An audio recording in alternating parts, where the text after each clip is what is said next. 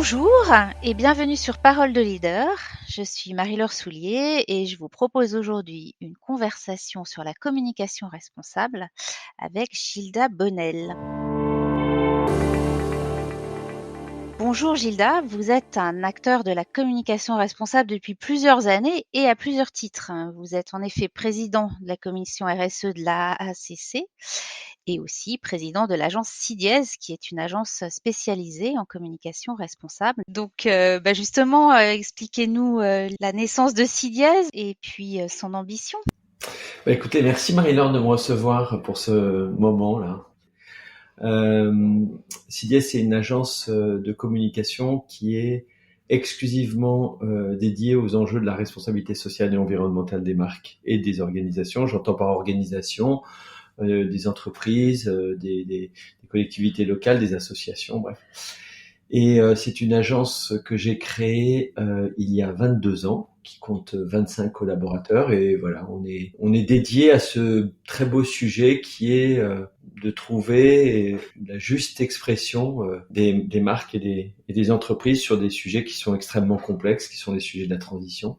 C'est une agence qui n'était pas du tout au début, que j'avais pas du tout imaginé sur ces sujets-là, mais le hasard de la vie a fait que en 2003, un brief de l'ADEME, l'agence de la transition écologique, nous a retourné le cerveau et le cœur. C'était un brief pour sensibiliser les enfants de 8 à 12 ans sur le dérèglement climatique, et ça m'a chamboulé parce que c'était un énorme éléphant dans la pièce et qu'on ne savait pas et qu'on n'était pas au courant, et que, alors qu'on travaillait dans plein de secteurs, sur plein de sujets, découvrir un phénomène aussi, j'allais dire monstrueux, mais aussi énormissime, avec le sentiment qu'on ne savait rien et que personne n'en parlait. Et voilà, ça a changé notre vie. Et le sentiment qu'on pouvait faire quelque chose en tant que communicant aussi, à apporter sa pierre, j'imagine. On faisait beaucoup de marketing direct, on faisait de l'événementiel aussi. Et le premier lien, ça a été de se dire, OK, comment est-ce qu'on peut nous réduire en termes de production? On s'est intéressé tout de suite à l'éco-conception, qu'on appelle aussi l'éco-communication, c'est-à-dire l'éco-conception appliquée à la production des métiers de la communication. Et à l'époque, c'était bête comme chou, hein, mais c'était comprendre comment est-ce qu'on optimise un tirage, un format. À l'époque, on parlait d'imprime vert, donc c'était vraiment le tout début de cette révolution, où on pensait que si on digitalisait, on diminuait l'impact environnemental, alors que maintenant on sait que c'est pas tout à fait exact. Bref, on est rentré avant tout par ce regard-là. Et ça n'est qu'ensuite, je dirais, vers les années 2006-2007, que on a découvert le sujet de la responsabilité des messages, et que en fait, notre métier avait une hyper responsabilité dans les messages et dans les modèles que la communication véhicule. C'est venu dans un deuxième temps. Et alors, comment tout ça s'articule? Parce qu'en tant que communicant, on peut avoir, et on a bien évidemment une responsabilité en termes de messages et de contenu avec nos clients, mais est-ce qu'on choisit les clients dans ce cas-là? Comment on fait? Parce que effectivement, on n'est pas là pour faire non plus du washing, qu'il soit green ou de toute autre couleur. En fait, ça dépend d'où je me place. En tant que si dièse, nous avons un regard très singulier parce que on nous appelle pas par hasard. On nous appelle parce que on cherche des spécialistes sur un sujet que les entreprises ou les marques ont du mal à adresser, et souhaitent voilà, être accompagnés par des gens d'expérience qui vont pas faire de faute de quart, comme il y a eu pas mal d'expériences malheureuses pour des entreprises où la communication a été ratée en fait, et donc ça fait des dégâts en termes de réputation, en termes d'alignement. Et quand les clients nous appellent, très rapidement, on sait leur dire, selon ce qu'ils font, leur activité ou le sujet qu'ils ont besoin de traiter ou de promouvoir, très vite, on sait leur dire que nous, on a une réserve qui est un processus de débat interne pour pouvoir laisser à chacun la possibilité de dire c'est bizarre qu'on travaille avec des gens qui font ça, ou c'est bizarre qu'on travaille sur ce sujet-là. Et donc c'est très singulier à notre culture d'agence spécialisée. Et d'ailleurs ça se passe très bien, parce que quand on en parle, et moi quand je parle l'un des associés de l'agence à un client en disant écoutez, oui, on comprend, le sujet est passionnant, oui, on pense qu'on peut vous filer un coup de main, mais attention, nous on sait que compte tenu de vos activités, de votre secteur, ça va faire débat. Il va falloir bien qu'on cadre les indicateurs de performance qu'on va avoir ensemble pour savoir qu'est-ce qu'on veut bouger. Les clients, ils sont plutôt contents qu'on leur dise que la relation se construise de façon saine et transparente. Ça, je trouve ça plutôt pas mal. Pour les autres agences que je vois en mouvement à travers ma position à la ACC, bah, c'est pas aussi simple que ça. Hein. C'est pas aussi simple, parce que là, il y a toute la communication commerciale mainstream. Nous, on fait de la communication d'engagement, ou de la communication RSE, où on fait de la communication. Voilà, on est sur un champ de la communication corporate, même pour les marques. On est sur un champ qui est très très précis. Quand vous faites de la génération de trafic pour des boutiques de junk food, je ne veux pas en citer, mais le communicant, il n'a pas forcément voix au chapitre. C'est d'ailleurs un gros sujet pour les agences. Moi, j'interviens pas mal, je fais pas mal d'interventions dans le monde de la communication et des médias. J'ai beaucoup de communicants qui me disent on devrait avoir un droit de conscience, quoi. On devrait avoir la possibilité de dire qu'il y a des sujets ou des budgets sur lesquels on ne veut pas travailler. Mais ça, c'est une révolution. C'est quoi une communication ratée? C'est une communication où on fait des effets de manche et où la réalité n'a rien à voir avec le discours? Oui, c'est une communication qui, en fait, l'agence a pris son essor et son positionnement au moment des grandes années de greenwashing, qui sont les années 2007-2009, hein, les années encadrant le Grenelle de l'environnement. Et dans cette période-là, les communicants, pilotés culturellement par les publicitaires, se sont emparés du sujet comme si c'était une tendance, en fait, et n'ont pas forcément mesuré les implications, ce qui se cachait derrière ces sujets-là en termes de transformation et d'interpellation, j'allais dire, citoyenne, politique, de nos modes de consommation et de nos modes de vue.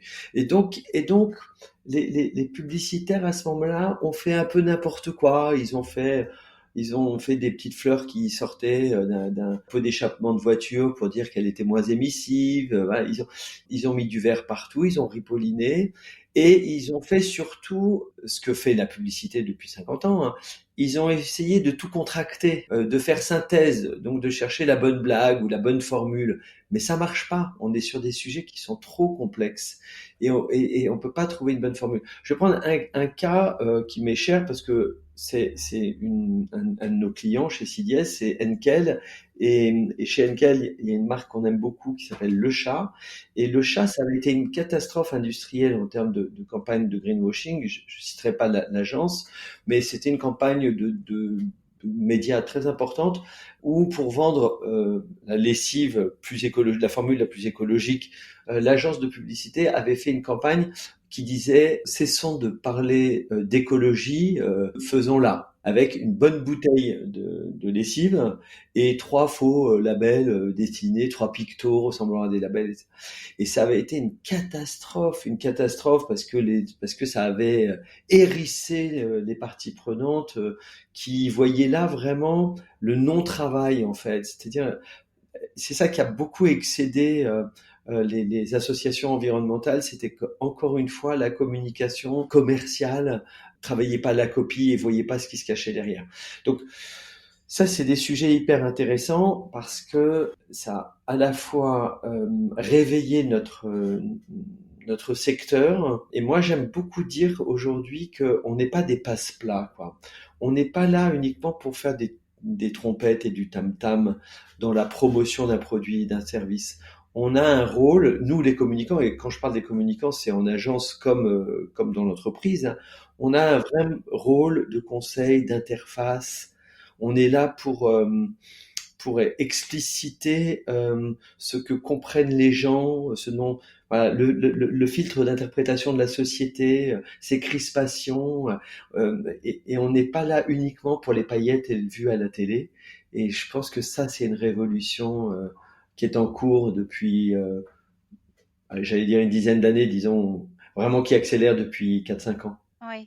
Et finalement, c'est vrai que la complexité de ces sujets, leur caractère, engagé, vont impacter, le rôle du communicant dans le bon sens. Vous parlez de voilà, de jouer encore plus un rôle de conseil, d'interface.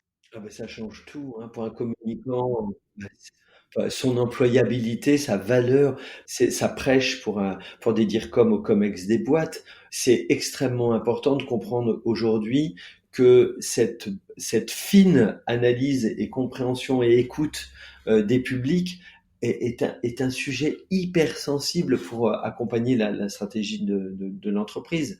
Donc oui, oui, ça prêche au contraire pour une revalorisation de nos métiers. Et nous, du côté agence, également, ça aide à témoigner à des DIRCOM qui vous écoutent que le choix d'une agence, ça n'est pas anodin, c'est un choix vraiment stratégique. Et choisir une agence qui a avancé dans sa mue culturelle et dans sa compréhension et dans ses bons filtres d'interprétation et d'analyse de la société, bah, c'est tout à fait critique.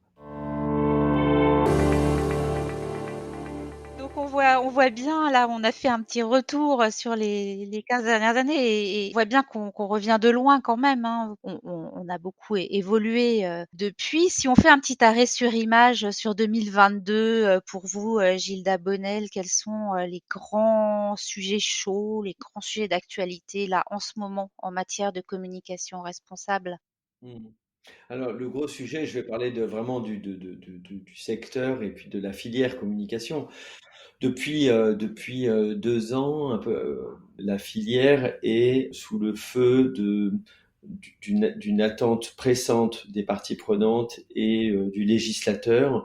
Depuis le rapport de Géraud Guibert et de Thierry Libart, il y a 2 ans, qui interpellait le secteur de la communication des médias sur le fait que nous n'avions pas de démarche carbone. Nous n'avions pas, comme tous les secteurs d'activité, publié des intentions et une ambition de trajectoire carbone. Depuis ce rapport-là, il s'est passé plein de choses. Il y a eu le rapport Bousquier-Leroy, la Convention citoyenne pour le climat, aujourd'hui la loi climat et résilience, avec des décrets d'application qu'on attend. Et puis je vais revenir sur l'avis de l'ADEME sur la neutralité carbone. Mais le gros sujet, c'est euh, comment est-ce que notre secteur comprend qu'il a l'obligation de contribuer à la diminution des émissions de gaz à effet de serre du pays. Et ce sujet-là a monté très vite et il est de plus en plus attendu des annonceurs. Donc des deux côtés, donc pour les communicants en entreprise qui nous écoutent, ils le savent, de plus en plus, on va s'intéresser à faire remonter et à quantifier et à qualifier l'impact environnemental de notre production marketing et communication. Il y a une vraie grosse attente, mais en plus, on a une attente réglementaire. Alors, le sujet pour moi à la ACC, ça a été de mettre en place avec le cabinet EY un référentiel de calcul avec le soutien de l'ADEME. C'est un référentiel qui permet aujourd'hui à toutes les agences de communication de mesurer, de calculer leurs émissions carbone sur une année de référence, qui est l'année 2019, année de référence sur laquelle on va partir pour pouvoir dessiner une trajectoire de diminution des émissions des agences à horizon 2030 et 2050. Donc ça, c'est vraiment le cœur du sujet pour nous en tant qu'agence. Maintenant, la problématique, ça va être de vérifier que tout le monde ne dise et ne fasse pas n'importe quoi sur ce secteur de la communication où on n'a pas été jugé très sérieux sur les enjeux environnementaux dans le passé et où on mériterait de témoigner de notre professionnalisme et donc d'éviter que tel média sort une calculette, tel un syndicat propose un calcul carbone par campagne et qu'on soit capable collectivement dans les 12 ou 18 prochains mois de rassembler toutes ces données de façon à ce qu'on ait un référentiel commun de calcul et qu'on mesure bien tous les mêmes choux et les mêmes carottes de façon à ce qu'il n'y ait pas une partie prenante ou un annonceur qui vienne nous dire tiens c'est rigolo, quand je fais la mesure carbone de ma campagne chez Havas Media, je n'obtiens pas du tout la même chose que quand je demande ça à Publicis Conseil. Maintenant pour revenir de façon plus personnelle aux communicants qui nous écoutent, le gros sujet d'actualité aujourd'hui, c'est l'avis de l'ADEME qui interdit, je veux le dire en termes forts, mais qui recommande en tout cas d'interdire, parce que c'est pas encore dans la loi, la neutralité carbone, c'est-à-dire d'utiliser le terme de neutralité carbone dans la communication d'un produit ou d'un service.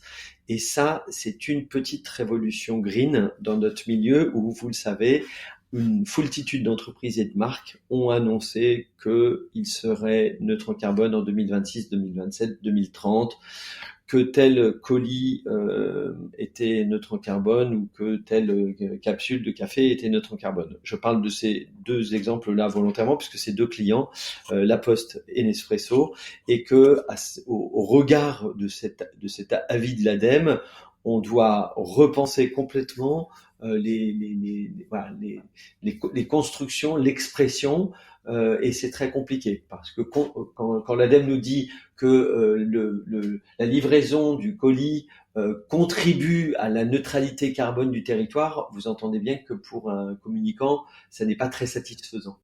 On comprend tout à fait le sujet, c'est-à-dire que l'ADEME défend que on déresponsabilise le consommateur citoyen. En fait, on lui signe une sorte de blanc-seing pour dire c'est bon, tu peux y aller, on s'occupe de neutraliser l'impact. Donc c'est une vraie alerte globale sur les communicants et sur la communication commerciale, en disant bah non, en fait le, le signal est tout à fait pervers. Il ne permet pas aux consommateurs citoyens de réfléchir sur ses usages et ses modes de consommation. Et donc ça s'entend tout à fait. Maintenant, nous, la réflexion qu'on doit avoir que des communicants sur ce sujet-là, c'est de dire ok, mais comment on fait? Moi, j'ai un client qui est La Poste, qui fait un travail extraordinaire, mais vraiment depuis plus de 10 ans, peut-être 15 ans, pour investir massivement dans la réduction des émissions de ces impacts industriels et pour compenser intégralement, c'est la première entreprise en Europe en termes de volume, avec des projets extrêmement sérieux, qualifiés, audités, etc., et qui tout d'un coup va se voir privé d'un retour sur investissement, d'un retour sur image face à des Amazon ou à des prestataires qui n'ont pas du tout la même vision citoyenne et la même vision d'engagement. Donc c'est dur, c'est un coup dur d'être privé de mots. Et ça, c'est un enjeu extrêmement important dans la communication environnementale. Je me bats depuis des années. Vous savez peut-être qu'en France, on a une liste d'allégations qui sont interdites en communication. Donc je le rappelle, hein, depuis 2010, publiée par le ministère de la Transition écologique. Vous n'avez pas le droit de dire qu'un produit est écologique, qu'un produit est durable, qu'un produit est responsable. C'est interdit. Par la loi, c'est interdit.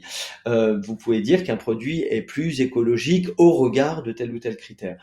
Mais il y a des tas de produits, il y a des tas de marketeurs, il y a des tas de gens qui nous disent mais c'est compliqué en France de vendre un produit ou un service plus écologique parce que cette espèce de guérilla anti-greenwashing met tellement de garde-fous que c'est difficile à trouver des moyens d'expression et de valorisation auprès du consommateur.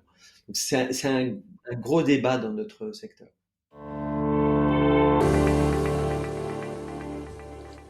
Alors Gilda, au vu de tout ce qu'il y a à faire et de tout ce qui reste à faire dans ce domaine, on a vu les enjeux sont quand même énormes. Est-ce que vous trouvez que tout va assez vite? Non, on est d'une lenteur incroyable. À la fois, il y a une espèce de déconnexion entre des choses qui vont très vite et des choses qui vont lentement, des formes de précipitation. On va rester dans notre milieu, hein, dans le milieu de la communication. Il y a parfois des accélérations, des précipitations à faire, des précipitations à dire, des changements de posture un peu paniques, et aussi le sentiment de notre côté que ce sont des sujets de transformation qui méritent vraiment de travailler profondément. Si on veut que les transformations soient réelles, soient tangibles, soient durables, il faut quand même qu'elles soient bossées, qu'elles soient sérieuses. Et bon, c'est vraiment notre gros sujet de la communication. Il y a d'une part les citoyens, les consommateurs, notre schizophrénie, notre difficulté à changer, la façon dont on prétend changer alors qu'on ne le fait pas vraiment, toute la déconnexion entre le déclaratif et le passage à l'acte, ce qui est hyper intéressant dans notre métier. Et puis cette façon qu'on a individuellement de faire sa petite recette magique de je mange moins de viande, je fais du vélo, mais finalement je vais quand même emmener des enfants faire 4 jours à New York parce que je leur avais promis. Donc il y a une espèce de on a une difficulté à y aller. Et donc pour les entreprises, les organisations, les politiques, c'est compliqué parce que il faut réussir à rester dans une proposition qui soit comprise, acceptable. Faut pas mettre trop vite la pression, faut pas être trop anxiogène parce que dès qu'on est dans des discours négatifs, on s'aperçoit que ça marche pas. Donc voilà, notre métier, c'est d'essayer de faire le trait avec tout ça. J'ai pas répondu à votre question. Mais c'est garder le rythme, mais prendre le temps de faire les choses bien et de peser tous les enjeux avec finesse. C'est ça.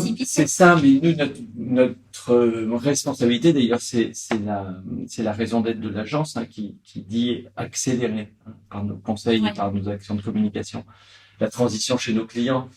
Mais donc accélérer, ça veut dire clarifier là où on doit absolument faire mouvement et se donner les moyens. Et nous, on n'est pas des spécialistes de l'organisation. On n'est pas là pour redessiner des filières ou des modes de production. Nous, on est là pour que le discours, les messages participent de cette accélération. Et donc le fil est ténu et il faut toujours marcher sur la crête entre il faut aller vite sans faire peur et donc il faut apporter très vite une solution. Et chez CDS, nous, notre obsession, c'est de donner le sentiment ou donner à voir, comme on dit maintenant, d'une certaine gourmandise, d'une certaine qualité de vie à apercevoir dans les changements de modèle ou les changements d'organisation ou de mode de vie. Donc c'est difficile de promouvoir une certaine forme de frugalité, mais moi j'aime bien me référer à des images très simples. Faire du vélo plutôt que prendre sa voiture et être dans les bouchons, ça a des tas d'avantages. Mais il faut lever des freins, la sécurité, la praticité, je vais me faire voler mon vélo. Nous, on travaille beaucoup avec les neuroscientifiques, avec les gens qui bossent sur ces sujets-là. Il y a ce qu'on appelle le modèle transthéorique qui est très intéressant, c'est-à-dire quand on commence à analyser, nous les communicants, que le changement de comportement, il n'est pas binaire en fait. On décide pas du jour au lendemain de lâcher sa voiture pour prendre le vélo. Ça peut être super long et il y a des étapes qui sont des étapes invisibles qui sont en fait des temps où votre cerveau, de façon consciente ou inconsciente, est en train d'analyser, de diagnostiquer, de préparer le fait de changer. Et donc, quand on est en communication, il faut faire très attention à pas avoir des injonctions trop raides, parce que sinon, ça fait partir votre audience dans une position de déni ou de protection qui est de dire en fait c'est pas possible, en fait c'est trop dangereux. Donc nous notre sujet ça reste encore les mots, les messages et les modèles que l'on véhicule dans notre communication et qui doivent servir à ce projet-là. Le risque du déni et puis de la culpabilité aussi, parce que je trouve qu'on met vraiment beaucoup de pression sur le consommateur, sur l'individu, et finalement, tout ne peut pas être entre ses mains. Des limites à la consommation militante, on ne peut pas tout changer juste au niveau individuel.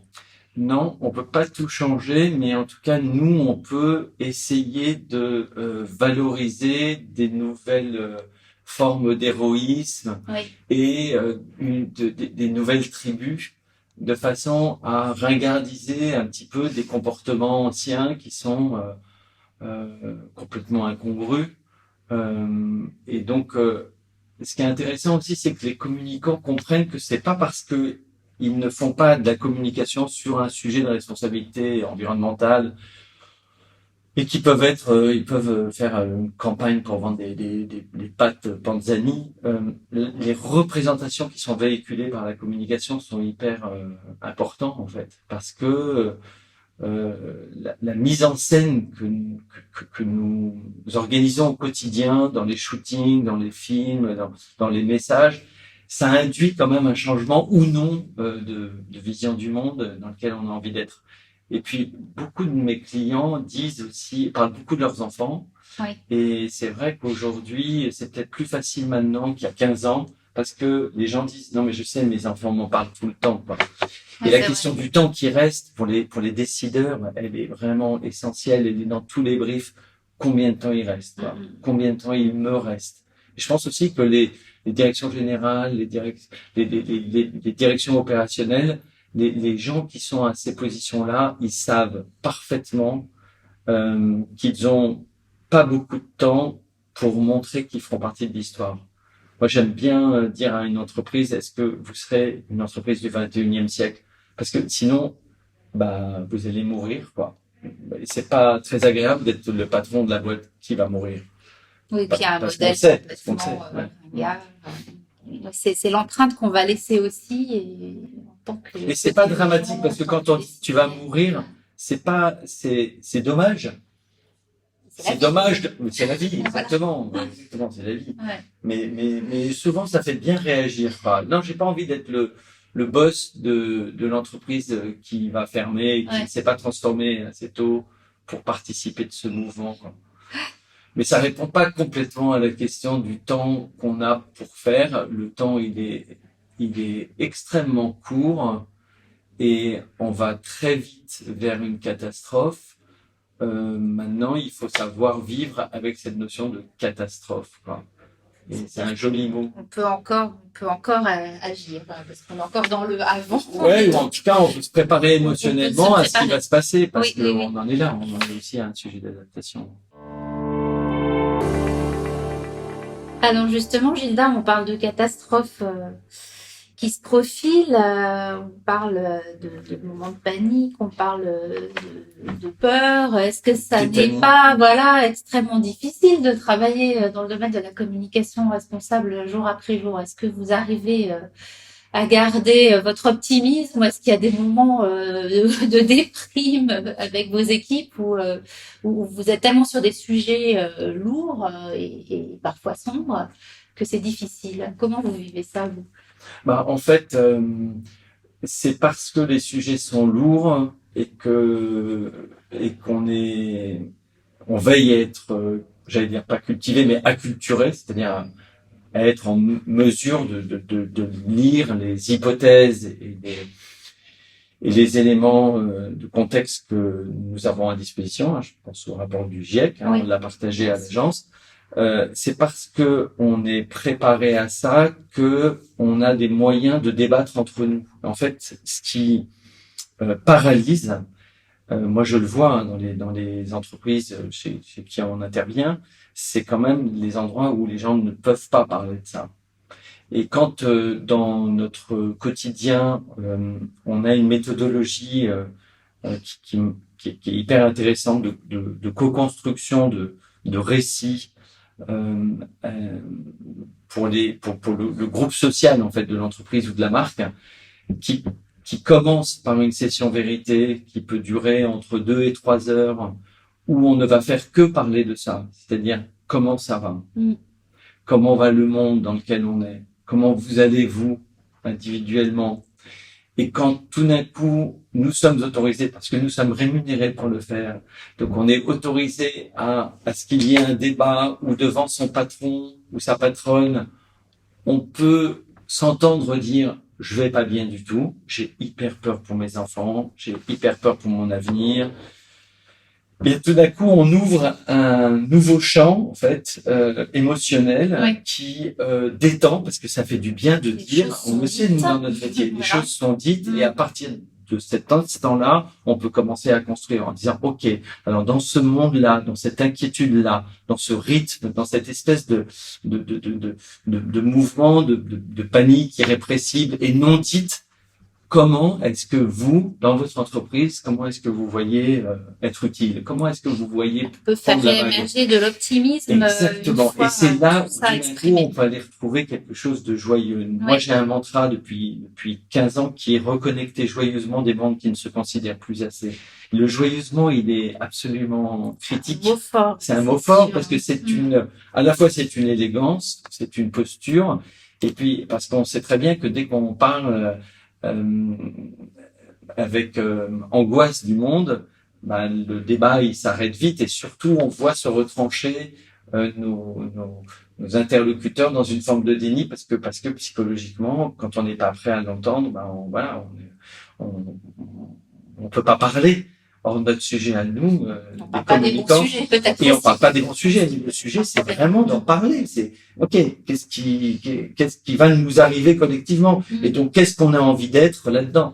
Et je pense que la façon dont on peut exprimer le fait que ça peut être joyeux, la frugalité, c'est un truc de dingue, hein. Je parle pas de sobriété, mais je parlais du vélo tout à l'heure. C'est extrêmement joyeux, le vélo. Mais il y a les gens qui n'en ont pas encore fait l'expérience, c'est se reconnecter à son enfance, à la liberté. On pose son vélo, on s'arrête, on achète quelque chose, on monte sur son vélo.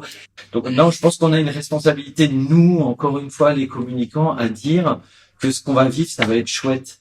Parce que on n'a pas d'autre solution, en fait. Donc il y a des belles choses à venir.